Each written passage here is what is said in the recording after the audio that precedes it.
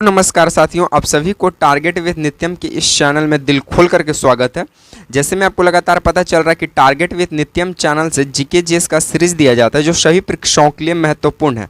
आप भारत की किसी भी प्रतियोगी परीक्षाएं की तैयारी कर रहे हैं, जैसे मैं बीपीएससी शिक्षक भर्ती, बिहार पुलिस या फिर बिहार दोगा, उन सभी एग्जामों के लिए वीडियो महत्वपूर्ण होगा, क्योंकि आज की हम इस वीडियो में हिस्ट्री का PYQज करने जा रहे हैं। किस चीज़ का? हिस्ट्री का PYQज करने जा रहे हैं जो किसी न किसी एग्ज़ाम के प्रीवियस ईयर में पूछे हुए हैं।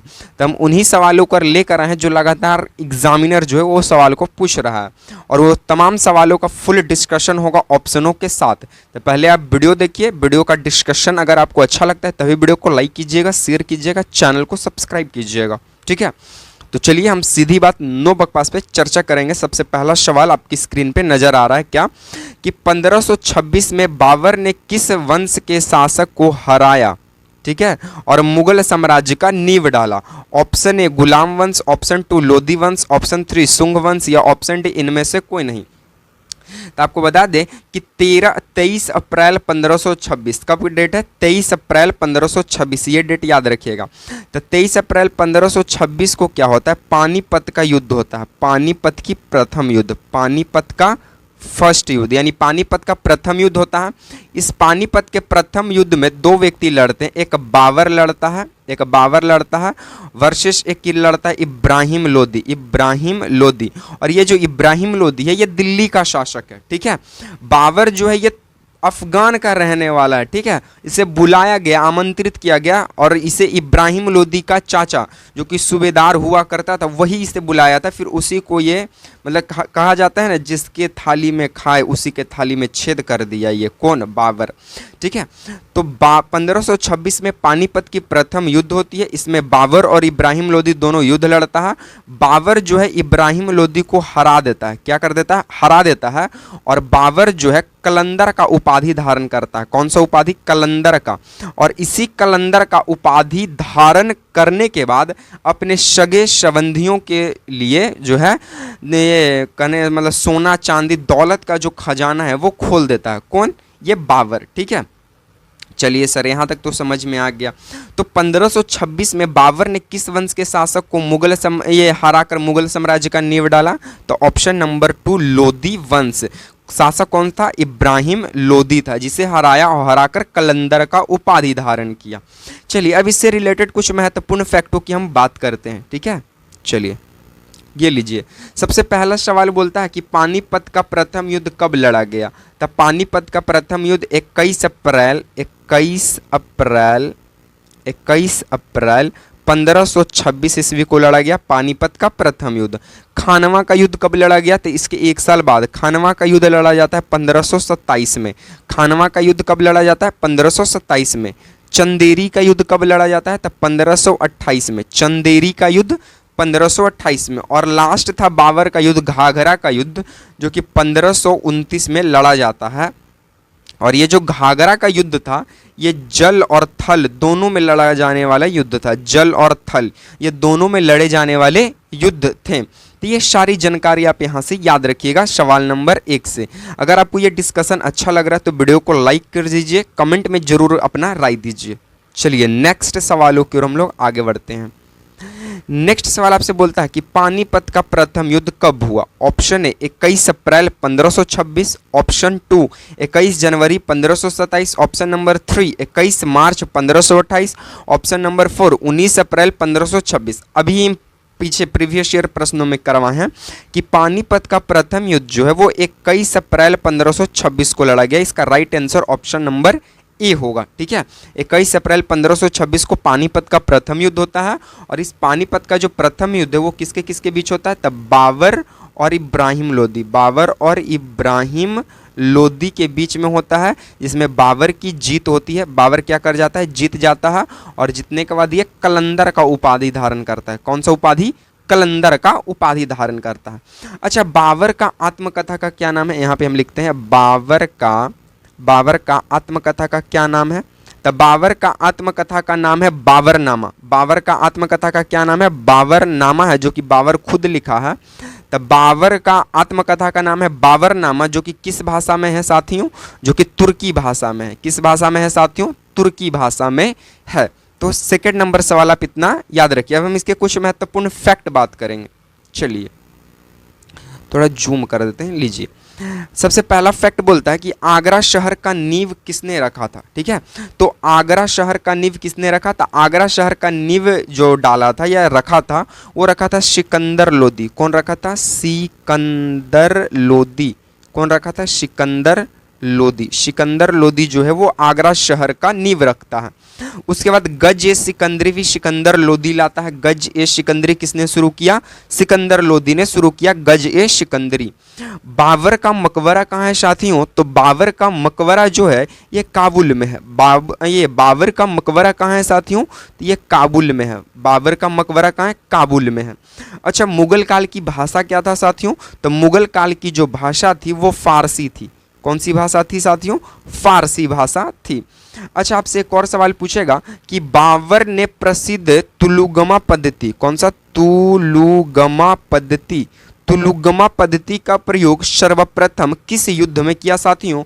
तो तुलुगमा जो पद्धति था ये तोपों का पहला प्रयोग, जब तोप का पहला प्रयोग किया गया तो उसी को तुलुगमा पद्धति कहा गया। और ये सबसे पहली बार पानीपत का प्रथम युद्ध जो कि 21 अप्रैल 1526 ईस्वी को होता है, इसी में तुलुगमा पद्धति का प्रयोग किया जाता है बाबर के द्वारा।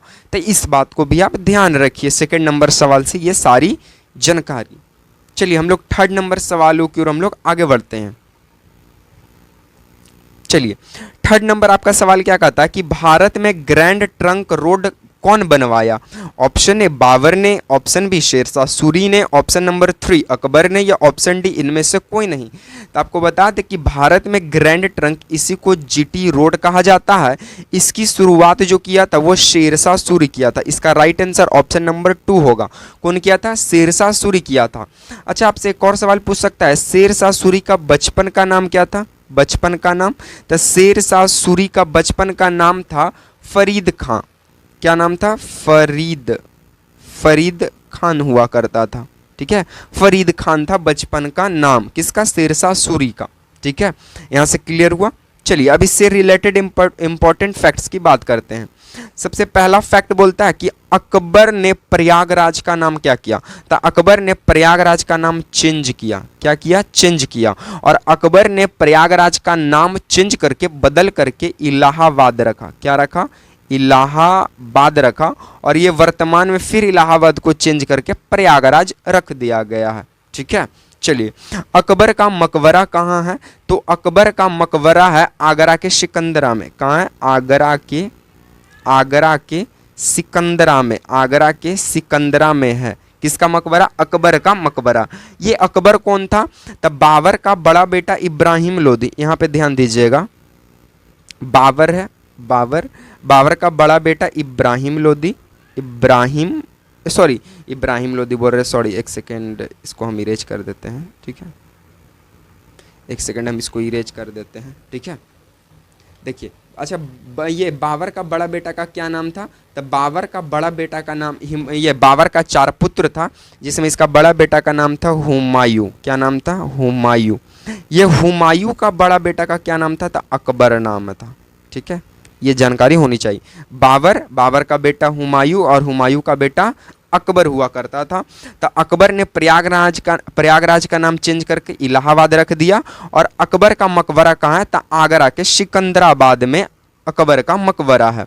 अच्छा, अकबर का दरबारी कवि कौन था? तो अकबर का दरबारी कवि अबुल फजल था। अबुल फजल। ठीक है, और यही अबुल फजल है जो आईने अकबरी लिखता है। क्या लिखता है? आईने अकबरी लिखता है। तो इस बात को भी आप ध्यान रखिएगा। और ये वही अकबर है जिसने इबादत खाना की शुरुआत की। इबादत खाना किसे कहा जाता था? मतलब पूजा करने का मंदिर, उसे इबादत खाना कहा जाता था साथियों। ठीक है, चलिए नेक्स्ट प्रश्नों की ओर हम लोग आगे बढ़ते हैं। देखिए नेक्स्ट प्रश्न आपसे क्या कहता है कि गुजरात विजय के यादगार में अकबर ने किसका निर्माण करवाया? ऑप्शन ए इंडिया गेट का, ऑप्शन नंबर 2 कश्मीरी गेट का, ऑप्शन नंबर सी बुलंद दरवाजा का, ऑप्शन नंबर डी अखिल दरवाजा का। साथियों आपको बता दें कि गुजरात विजय के यादगार में अकबर किसका बेटा है साथियों? तो अकबर हुमायूं का बेटा है। किसका बेटा है? हुमायूं का बेटा है। और हुमायूं किसका बेटा है? बाबर का बेटा है। ठीक है, तो गुजरात विजय के यादगार में कौन अकबर ने बुलंद दरवाजा का निर्माण कराया। ऑप्शन नंबर 3 इसका राइट आंसर होगा। किस दरवाजा का? बुलंद दरवाजा का निर्माण करवाया। और बुलंद दरवाजा का निर्माण 1573 ईस्वी में। कब? 1573 ईस्वी में आगरा के फतेहपुर सिकरी में। कहाँ पे? आगरा के फतेहपुर सिकरी में जो है इसका निर्माण कराया। आगरा के फतेहपुर सिकरी में निर्माण कराया। कौन? अकबर। ठीक है। अब कश्मीरी गेट कहाँ है? तो कश्मीरी गेट कहाँ है? तो कश्मीरी गेट है आपका दिल्ली में। ठीक है, दिल्ली में। इंडिया गेट कहाँ है? आप लोग इसका आंसर कीजिए। चलिए, इससे रिलेटेड हम लोग इंपॉर्टेंट फैक्ट्स की बात करते हैं। ठीक है, सबसे पहला इंपॉर्टेंट फैक्ट बोलता है कि अकबर के दरबार में भू राजस्व मंत्री कौन था, यानी जो भूमि को देख रेख करता था।